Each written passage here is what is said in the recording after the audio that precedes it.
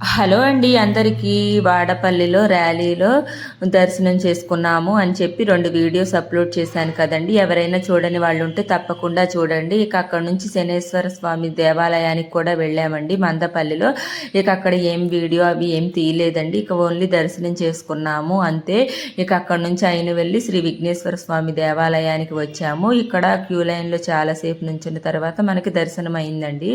చాలా పెద్ద queue line ఉంది. ఇక అక్కడ కూడా దర్శనం చేసుకున్న తర్వాత బయటకు వచ్చేసాము. బయటకు వచ్చిన తర్వాత నాకు ఇలాగ నేరేడు పళ్ళు కనిపిస్తే కొన్నానండి. తర్వాత ఇక్కడ పీచు మిఠాయి చూస్తే చాలా చిన్నప్పటి జ్ఞాపకాలు గుర్తొచ్చాయి. అదే ఒక వీడియో క్లిప్ తీశాను. ఇక ఇక్కడ నుంచి బయలుదేరి బలభద్రాపురం బయలుదేరి వెళ్తున్నామండి. అక్కడ షిరిడి సాయిబాబా మందిరం ఉంటుంది. ఇక ఆంధ్ర షిరిడి అని కూడా ఆ ఊరికి పేరండి బలభద్రాపురానికి. ఇక్కడ సాయిబాబా వారు మనకి దర్శనమిస్తారు.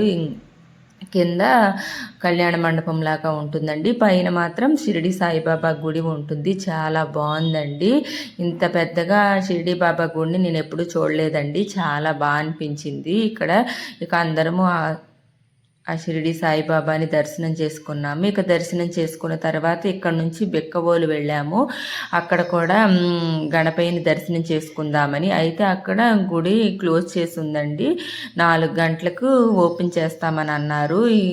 సరే మనకి లేట్ అవుతుంది కదా అని చెప్పి బయటే దండం పెట్టుకొని అక్కడ వచ్చేసాము. అక్కడ బెక్కవోల్లో గణపయ్య కొద్దిగా పెరుగుతూ ఉంటారు కదండి. అక్కడండి చెవులో మనకి బెక్కవోల్ దగ్గర చెవులో ఆ గణపయ్యకి మన కోరిక చెప్తే ఖచ్చితంగా నెరవేరుతుందంటండి.